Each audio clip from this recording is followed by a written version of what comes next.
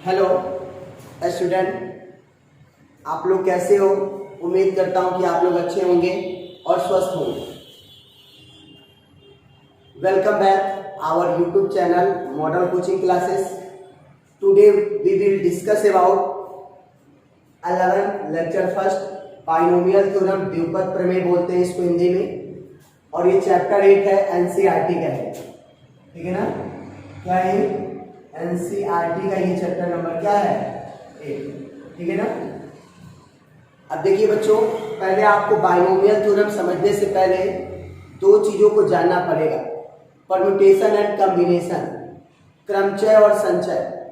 आपको याद होगा कि आपने पढ़ा था क्रमचय और संचय, मतलब इसके प्रीवियस 7 चैप्टर में, उसका हमें यहाँ पे यूज है, ठीक है ना। क्योंकि जिन बच्चों से परम्यूटेशन एंड कॉम्बिनेशन, क्रमचय और संचय नहीं बनेगा, उनसे ये द्विपद प्रमेय नहीं बनेगा, बाइनोमियल थ्योरम नहीं बनेगा, ठीक है। अब देखिए, पहले हम चलते हैं परम्यूटेशन कॉम्बिनेशन में, थोड़ा सा संचय में और देखते हैं। आपको याद होगा तो मैंने बताया था बेटा, एनसीआर की जो वैल्यू होती है, ठीक है ना, factorial n upon factorial r into factorial n minus r. क्या होता है बेटा, एनसीआर की वैल्यू क्या होती है, factorial n upon factorial r factorial n minus r. पहले थोड़ा सा ये फॉर्मूला है, ये हम लोग इसको दिमाग में रखेंगे। बट याद होगा मैंने आपको बताया था, ये कहीं पे फैक्टोरियल 5 लिखा हो तो फैक्टोरियल 5 का मतलब होता है 5 इंटू 4 इंटू 3 इंटू 2 इंटू 1।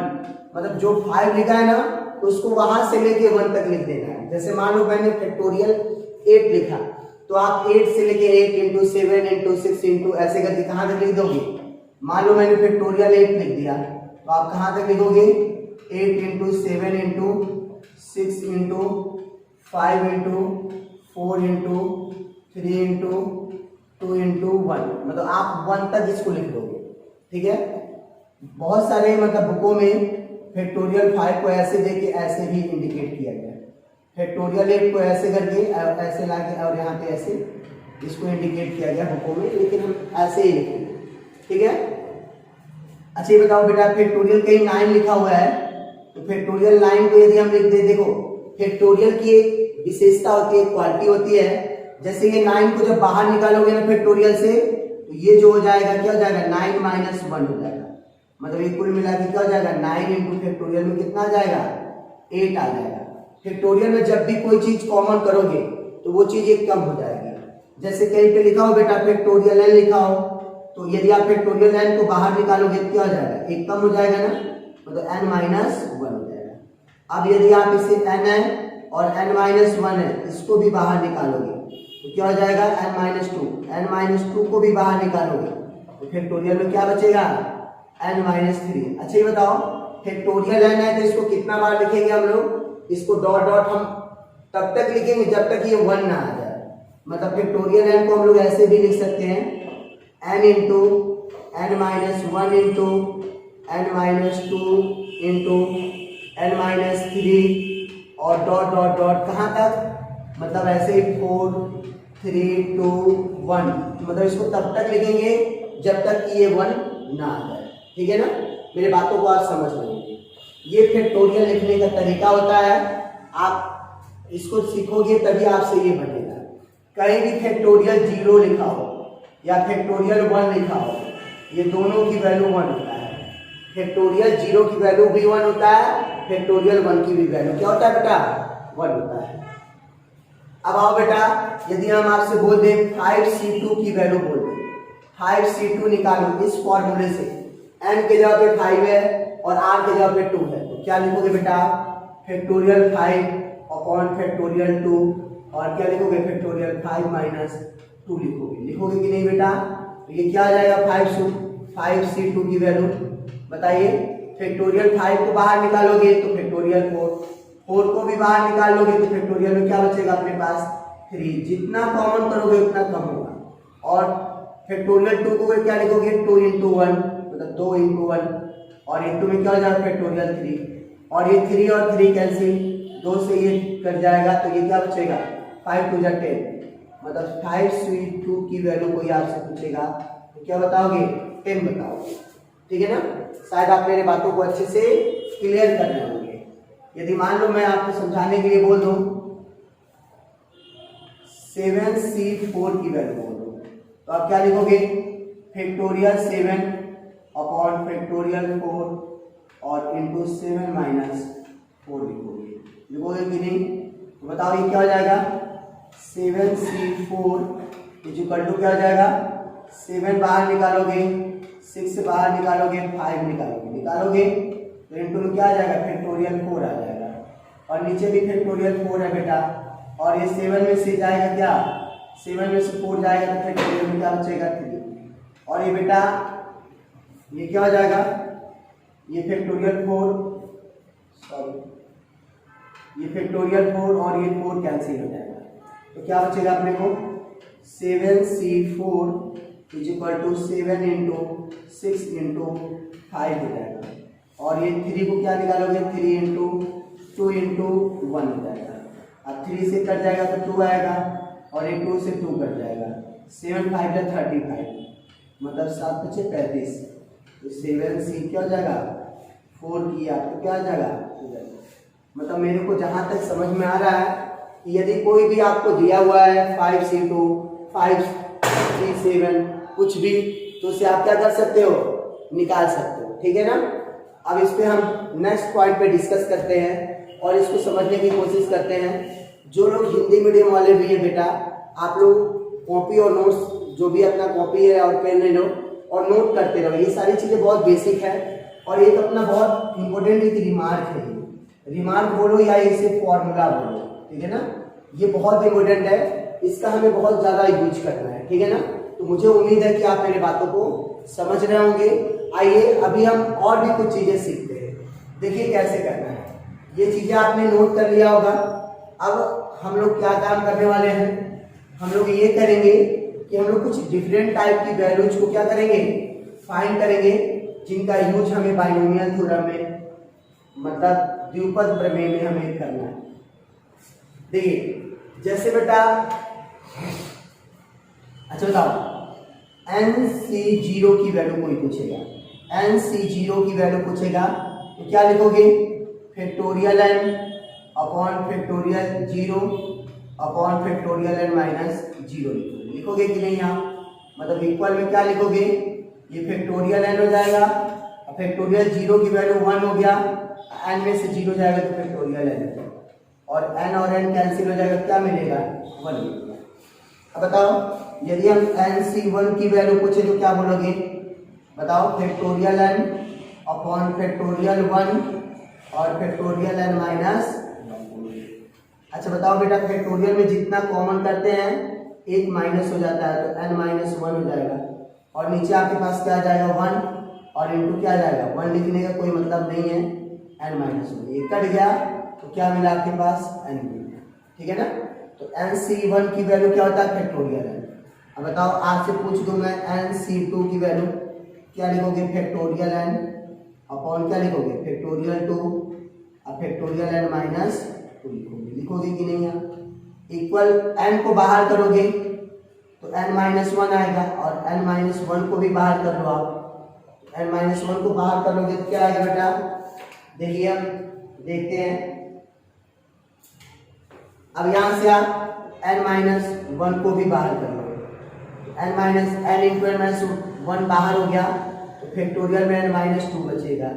और देखो आप 1 में फैक्टोरियल 2 का मतलब क्या हो गया? 2 इंटू 1 अपॉन में क्या बचा है? माइनस 2 बचा है और ये n माइनस 2 कैंसिल हो गया तो कुल मिला के अपने पास क्या बचा बेटा?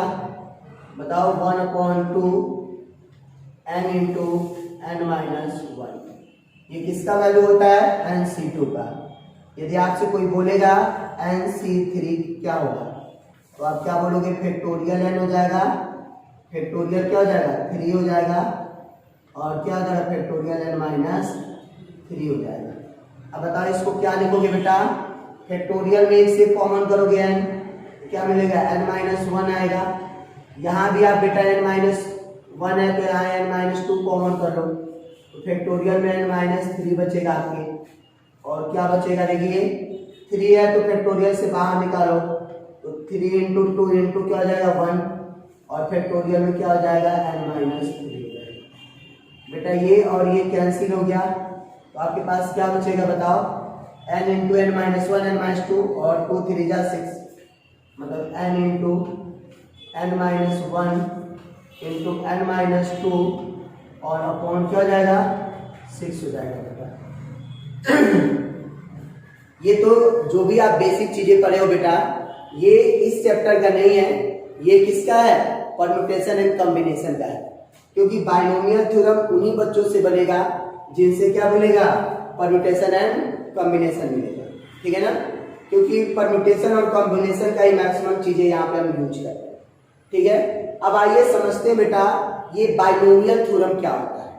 अच्छा एक चीज पहले समझो, बाइनोमियल का मीन समझो आप पहले तो ये जानो कि बाइनोमियल है, तो क्या बना बाइनोमियल, ठीक है ना, तो बाई का मतलब होता है 2, ठीक है ना, बाई का मतलब होता है 2 मतलब 2,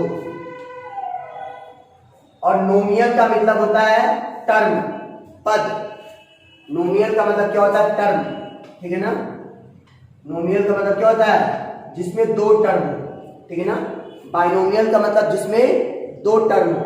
तो बाइनोमियल जो थ्योरम होता है स्पेशली हम x प्लस ए के फॉर्म में लिखते हैं, ये 2 टर्म है, तो इसी में ही बाइनोमियल थ्योरम लगेगा। यदि कोई लिख दे x plus y plus z और बोले कि ये बाइनोमियल थ्योरम, नहीं, ये ट्राइनोमियल थ्योरम है, ये ट्राइनोमियल है। ट्राइनोमियल मतलब जिसमें 3 अलग अलग पद होते हैं, 3 अलग अलग चर होते हैं, ठीक है ना। तो हमें बाइनोमियल में हमें केवल 2 टर्म के बारे में पढ़ना है, ठीक है ना। बाइनोमियल मतलब जिसमें 2 टर्म्स होंगे, 2 पद होंगे, द्विपद, ठीक है ना। तो आप बाइनोमियल का मीन समझ गए होंगे और ये सारी चीजों को नोट करते भी रहिए, ठीक है ना। और अपने से जो क्वेश्चन या जो चीज मैं कर रहा हूं उस वीडियो को पॉज करिए और अपने से भी कोशिश करिए कि आपसे भी ये बने। अब देखिए बेटा, हम समझते हैं बाइनोमियल का मतलब हो गया, बाइनोमियल थ्योरम वहां पे ही अप्लाई होगा जहां पे 2 टर्म्स होंगे, ठीक है ना। हम बहुत ज्यादा आपको बेसिक नहीं बात करेंगे, हम आपको वो सारी चीजें बात करेंगे, मतलब उन फैक्ट पे बात करेंगे जो आपके लिए नेसेसरी, ठीक है ना। एक अब चलते हैं थोड़ा सा इसको और डिटेल समझते हैं कि ये क्या है बाइनोमियल थ्योरम, आखिर इसको हमें क्यों पढ़ना है। बाइनोमियल थ्योरम क्या बिना पढ़े हमारा काम नहीं चल सकता है, तो हम इसको थोड़ा सा देखते हैं कि ये बाइनोमियल थ्योरम हमारे लिए क्यों। बाइनोमियल थ्योरम को थोड़ा सही तरीके से समझने के लिए, ठीक है ना, आपको एक चीज जानना पड़ेगा, क्योंकि ये बाइनोमियल थ्योरम है ना, ये थोड़ा सा क्या है, ये आप ही लोगों जैसा है, इसीलिए इसको समझने के लिए ये जो बाइनोमियल है ना, ये 2 लोगों, ये जो बाइनोमियल की एक प्रेमिका है, ठीक है ना, और ये क्या है P and C। P and C का मतलब क्या हो गया, परम्यूटेशन एंड कॉम्बिनेशन, क्रमचय और संचय, ठीक है ना। तो बाइनोमियल की प्रेमिका कौन है, P एंड C। तो आप समझते हो कि ये बाइनोमियल क्या बोल रहा है, ये बाइनोमियल भी यही बोलेगा, क्या बोल रहा है, ये बाइनोमियल तभी हमसे बनेगा, तभी ये जब बनेगा क्योंकि ये बोल रहा है, आप जानते ही होंगे, वो जाने जाना हमें भूल न जाना, ये भी यही बोल रहा है कि वो जाने जाना हमें भूल न जाना। तो इसको यदि आप भूल जाओगे, ये परम्यूटेशन कॉम्बिनेशन को, तो ये बाइनोमियल भी आपको भूल जाएगा, ठीक है ना। तो याद रखना, ये भी गा रहा है आप ही जैसे, जैसे इस टाइम आप लोग भी गा रहे हो, वो जाने जाना भूले न जाना, तो साथ में निभाना, ठीक है ना। तो ये साथ निभाने के लिए बोल रहा है, तो साथ तभी निभाएगा इसका जब ये परम्यूटेशन और कॉम्बिनेशन आपसे बनेगा, ठीक है। नहीं भी बनेगा तो हम कोशिश करेंगे कि बिना क्या होगा, प्रेमिका के ही आपको क्या करें, इस प्रेमी को आपके बस में करवा दें, और यदि ये प्रेमी आपके बस में हो जाएगा ऐसी बात नहीं है, लेकिन उसके लिए हमें थोड़ा सा वर्क करना पड़ेगा, और वो वर्क हम यहाँ पे करेंगे, ठीक है ना, इसको मनाने के लिए। देखिए एक बात को समझिए बेसिक पहले, ये तो हंसी मजाक थोड़ी सी होती रहती है, तो थोड़ा सा अच्छा लगता है आपको भी और मेरे को भी लगता है, ठीक है ना, क्योंकि थोड़ा सा बात होते रहना चाहिए, है ना, और बात होते रहती है तो अच्छा लगता है। अच्छा बताओ, a प्लस बी का पावर 0 है, a प्लस बी का पावर 0 है, तो इसकी वैल्यू क्या होता है 1, क्योंकि कोई भी चीज यदि घात 0 है ना बेटा, तो उसकी वैल्यू 1 होता है। अब बताओ, a प्लस बी का पावर 1 है ना, तो ये जब पावर 1 है तो इसे क्या लिखोगे, a प्लस बी लिखोगे। क्या लिखोगे, a प्लस बी लिखोगे। अच्छा एक बात बताओ, a प्लस बी का होल स्क्वायर है जी मैं आपसे पूछूंगा तो बोलोगे सर आप तो आज बहुत इजी बात कर रहे हो, ये सभी हम लोग 6, 7, 8 में पढ़े हुए हैं। मैं बोलूंगा हाँ बेटा आप लोग पढ़े हो, लेकिन इसका होता है जो a square plus b square plus 2ab। आपसे मैं फिर पूछूंगा a प्लस बी का होल क्यूब क्या होता है, तो आप बोलोगे a cube plus 3a square b plus 3ab square plus b cube होता है। बोलोगे सर आप आज कितनी इजी बात कर रहे हो। मैं बोलूंगा हाँ बेटा मैं आपको इसलिए ही पढ़ा रहा हूँ कि आपको सारी बातें हमारी बहुत इजी लगे। अच्छा मैं आपसे पूछूंगा a प्लस बी का पावर 4 का क्या होगा, तो आप बोलोगे a प्लस बी लिख लो आप और a प्लस बी का होल क्यूब लिख लो और a प्लस बी का होल क्यूब यहाँ पे रख के a प्लस बी का इंटू करवाओगे तो आपको ये मिल जाए। मैं बोलूंगा हाँ बेटा बहुत इजी है, लेकिन बेटा याद करो मैं आपसे यदि पूछ दूं a प्लस बी का पावर 40 कितना होगा, तो a प्लस बी का पावर 40 को आप करवाने के लिए आप पूरा दिन लगा दोगे, बल्कि आप करोगे भी कई बार तो वो गलत हो जाएगा, होगा भी तो काफी टाइम लगेगा। मैं आपसे पूछ दूं a प्लस बी का पावर, ठीक है ना, मान लीजिए -5 हो जाए, -5 हो जाए तो इसको भी आप नहीं कर पाओगे और करोगे भी तो काफी टाइम लगेगा। इसको अपॉन में ले जाओगे फिर इसको ब्रेक करोगे तो काफी टाइम लगेगा। लेकिन ये सारे वैल्यू मैं यदि आपसे बोल दूं कि 100.5 का पावर यदि क्या कर दें हम लोग 3 कर दें, या मान लो इसको 1/3 कर दें तो इसकी वैल्यू क्या होगा, आप इसको नहीं निकाल पाओगे। लेकिन ये सारे वैल्यू, ये सभी वैल्यूज जिसको हम नहीं ज्ञात कर सकते हैं वो हम बाइनोमियल थ्योरम के द्वारा उसको सॉल्व कर सकते हैं। मतलब बाइनोमियल थ्योरम की सहायता से हम उन सभी मतलब कठिन से कठिन वैल्यू को भी बहुत इजीली सॉल्व कर सकते हैं। अच्छा एक देखो बेटा, एक चीज देखो, बस इनको याद रखना है, ये दोनों प्रेमिकाओं को याद रखना, और इनको यदि याद रखोगे तो आपसे सारी चीजें बहुत इजी बनेगी। और आइए देखिए, क्योंकि हम लोगों को ध्यान देना है और याद रखना है कि हर काम हमें बहुत अच्छे तरीके से करना है। अच्छा ये बताओ, एक पास्कल नामक साइंटिस्ट थे, क्या नाम था उनका, पास्कल। उन्होंने इसी के जैसे मैंने जो वैल्यू निकाले हैं ना, इन्हीं वैल्यू के जो कोफिशिएंट है, जैसे इसका कोफिशिएंट 1 ही है, a का कोफिशिएंट 1 है, b का कोफिशिएंट 1 है, a स्क्वायर का कोफिशिएंट है, b स्क्वायर का कोफिशिएंट 1 है और ab का कोफिशिएंट 2 है। ऐसे सभी का कोफिशिएंट आपको दिया हुआ है, तो इसी को ज्यादा मतलब कंसेप्टेड करने के लिए पास्कल ने एक ट्रायंगल लॉ दिया था और इसको हम लोग समझते हैं।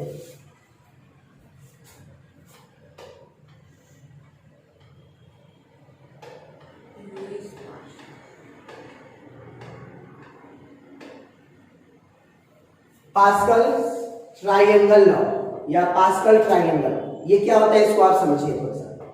जैसे हम लोग मान लीजिए बेटा, हमने क्या लिया यहाँ पे, पहले सबसे पहले 1 लिया, इसकी वैल्यू 1 लिया, और ये क्या है 1 और 1 है, तो इसके बीच में चाहो तो आप ऐसे एक प्यारा सा ट्रायंगल बना लो, ठीक है, ट्रायंगल लॉ है।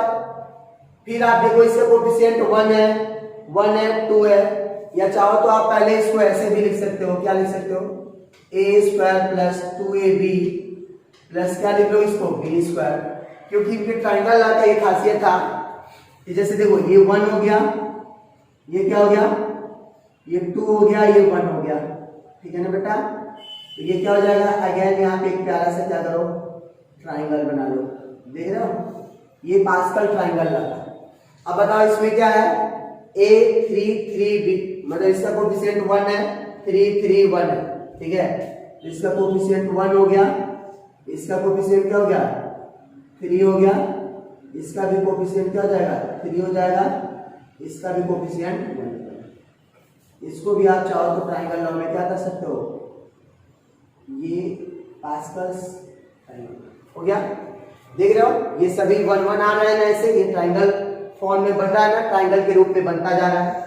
अब देखो, अब इसी प्रकार इसको लिखोगे 1 4 6 4 1 है ना, तो हम लोग क्या लिखेंगे बेटा, यहाँ पे 1 आ जाएगा, फिर क्या आ जाएगा बताओ, 1 के बाद 4 है, 6 है, ये 4 है, ये 6 है, 1 4 6, आप फिर क्या लिखोगे 4 लिखोगे, अब फिर 1 लिखोगे। अब बेटा इसके बीच भी ट्रायंगल बना लो, इसके बीच भी ट्रायंगल बना लो, इसके बीच भी ट्राइंगल बना लो और इसके बीच भी ट्राइंगल बना लो। ठीक है, देख रहे हो सभी के बीच में ट्राइंगल बनता जा रहा है, जितने भी कोफिशिएंट गुणांक है। ऐसे अभी और बहुत सारी वैल्यूज आप लोगे तो उसके लिए भी ट्राइंगल रूल।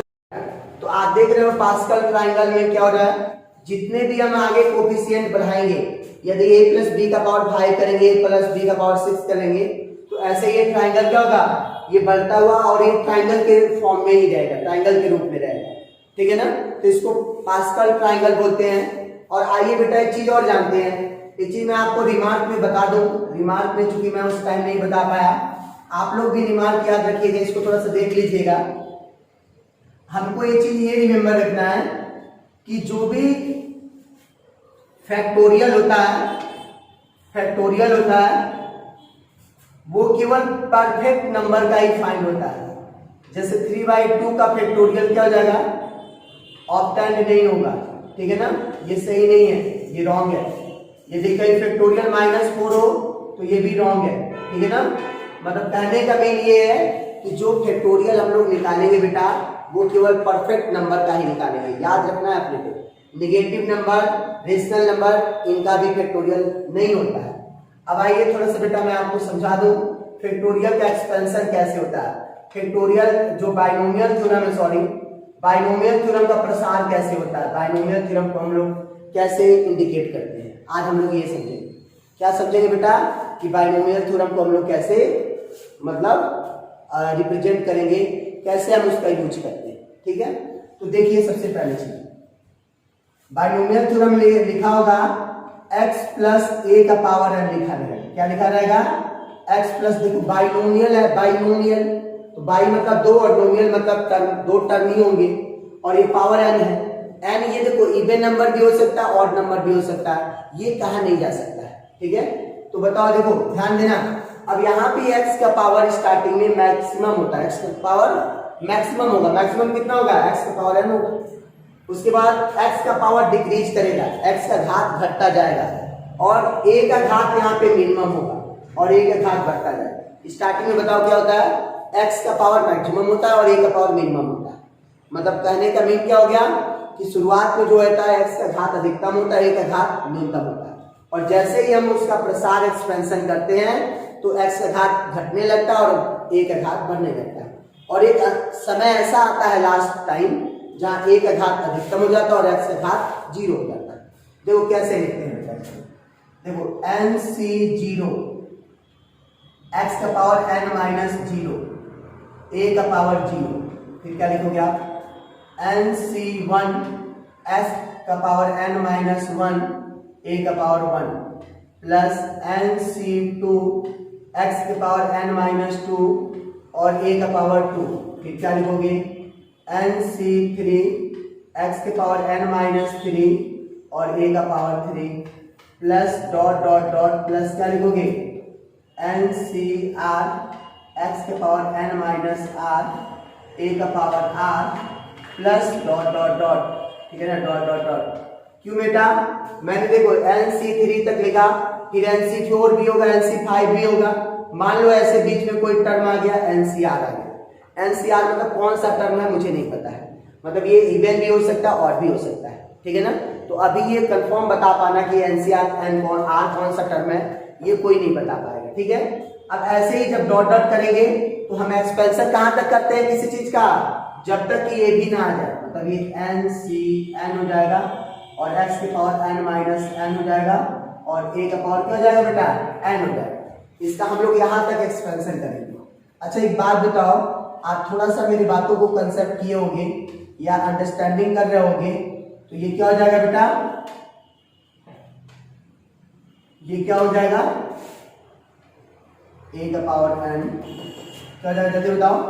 ये देखो NC0 की वैल्यू 1 होता है, अभी मैंने बताया था आपको NC0 की वैल्यू 1 होता है और किसी भी चीज का पावर 0 तो 1 होता है। ये 1 और 1 तो ये कुल मिला के क्या बचेगा, x की पावर बताओ n मिलेगा प्लस ये क्या हो जाएगा NC1 x के पावर n माइनस 1, ठीक है ना, a का पावर 1 प्लस क्या हो जाएगा NC2 x के पावर n माइनस 2 और a का पावर क्या हो जाएगा 2 प्लस क्या हो जाएगा NC3 एक्स के पावर एन माइनस 3 और क्या हो जाएगा ए का पावर 3 प्लस, ठीक है ना, डॉट डॉट डॉट क्या हो जाएगा लास्ट में एन सी आर एक्स के पावर एन माइनस आर और ए का power r plus dot dot dot plus क्या हो जाएगा।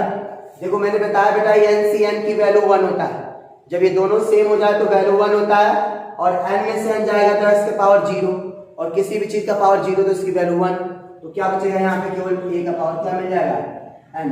अभी मैं आपसे बोला था कि बाइनोमियल थ्योरम में जो कॉम्बिनेशन होता है, कॉम्बिनेशन का मतलब संचय जो होता है, तो मैंने आपसे बोला था कि ये आपको लगा होगा कि मैं आपसे मजाक कर रहा हूँ और आपसे लगा होगा कि मैं हंसी कर रहा हूँ कि ये जो कॉम्बिनेशन है, ठीक है ना, ये संचय है, ये बाइनोमियल की दिलरुबा है। देखो ये दिलरुबा है तभी तो हर जगह अपने जितना भी पॉइंट है इसमें सी को लाया है, क्योंकि ये सी को क्या करता है, ये सी को मतलब लाइक करता है या सी से बोल सकते हो मोहब्बत करता है। बाइनोमियल सी से क्या करता है, संचय से मोहब्बत कर रहा है, तभी तो ये क्या हो रहा है, हर पॉइंट में सी को ला रहा है, ठीक है ना। ऐसे समझ सकते हो, ये समझने की बात है और थोड़ा सा आपको हंसाने की बात है कि हंसते रहो और थोड़ा सा आप भी जानो कि भाई हाँ भाई सी की यहाँ पे संचय की हर जगह, संचय का हर पॉइंट पे यूज हुआ है, ठीक है।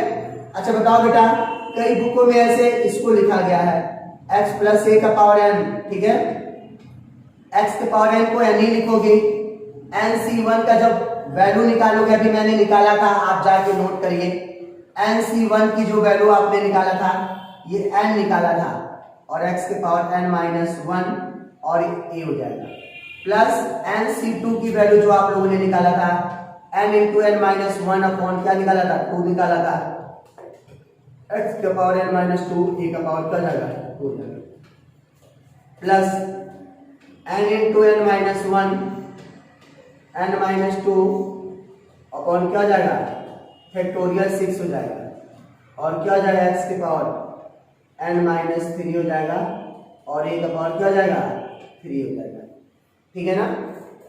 अब इसके बाद ये डॉट डॉट वही रहेगा, डॉट डॉट वही रहेगा, plus N C are x के पावर n माइनस आर और a का power r plus dot dot क्या हो जाएगा a का पावर कितना हो जाएगा जल्दी बताओ, a का पावर n हो जाएगा। ये हो गया अपना एक्सपेंशन हो गया, x प्लस a का पावर n का एक्सपेंशन हो गया। आप याद रखेंगे कि जब भी हमें कोई बोलेगा x इक्वल टू किसका, x प्लस a का पावर n का एक्सपेंशन करने के लिए तो आपको यही तरीके अपनाने पड़ेंगे, ठीक है ना। अब आइए हम लोग माइनस वाला का सीखते हैं, माइनस में कैसे करोगे आप। यदि बेटा आपको मिल जाए कहीं x माइनस a का पावर n तो आप क्या करोगे, इसे आप इतना तो समझ ही रहे होगे कि इसे x लिख लोगे प्लस माइनस a का पावर, इसे क्या लिख लोगे a का पावर क्या लिखोगे n लिख लोगे। अब एक बात बताओ, इसमें जहां जहां भी a होगा वहां वहां पे क्या करेंगे माइनस रख देंगे, क्या रख देंगे माइनस रख देंगे।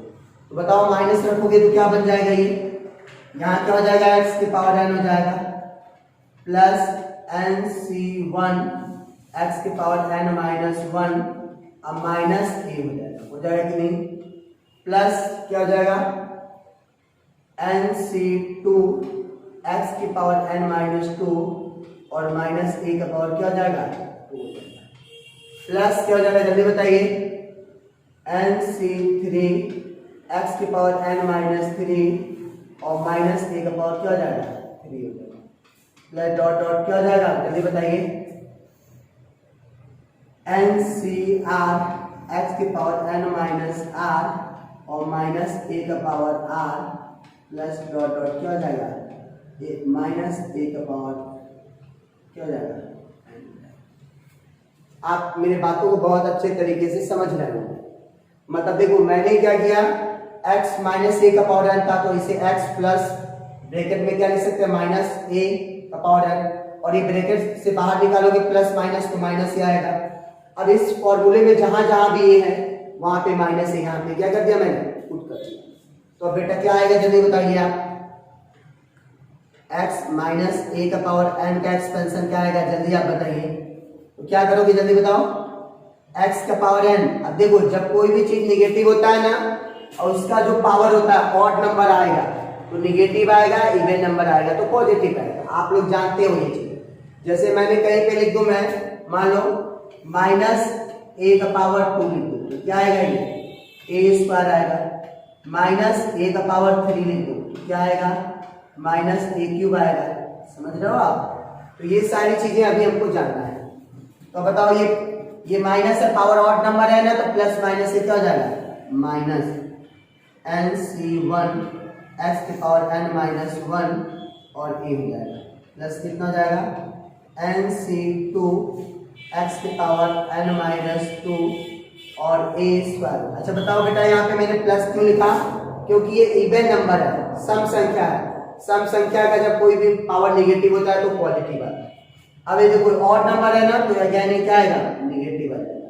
क्या हो जाएगा बताओ, NC3 x की पावर n माइनस 3 और a का पावर क्या हो जाएगा, 3 हो जाएगा।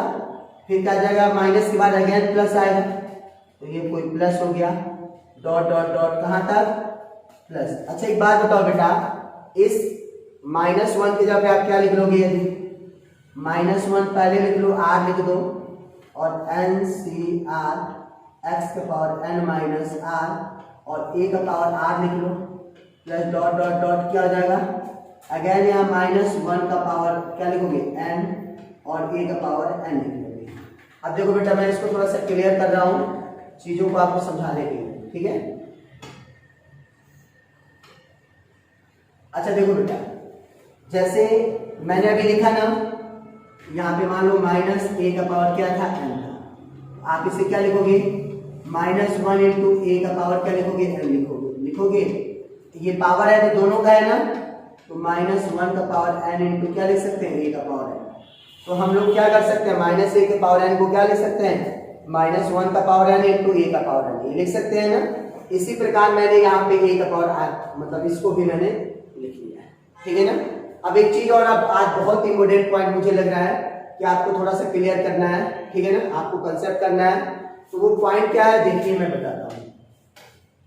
वो पॉइंट ये है बेटा कि जितना भी जब हम एक्सपेंशन करते हैं किसी चीज का प्रसार मतलब उसको हम कितने भागों में, कितने टर्म में उसको यूज कर सकते हैं, लिख सकते हैं, ठीक है ना। देखो बेटा, आप लोग देख रहे होगे, कोई भी नंबर, कोई भी नेचुरल नंबर, कोई भी नंबर 1 से स्टार्टिंग होता है और कहां तक लिखा जाता है, n तक, जहां तक आप लिख सकते हो। तो यहां से लेके यहां तक कितने टर्म हो गए, n टर्म हो गया। लेकिन 1 के पहले भी तो एक टर्म है। तो आपसे कोई पूछेगा x प्लस ए की पावर n, x की पावर a प्लस n के एक्सपेंशन में, प्रसार में टोटल कितने पद होते हैं, n प्लस 1 टर्म होते हैं।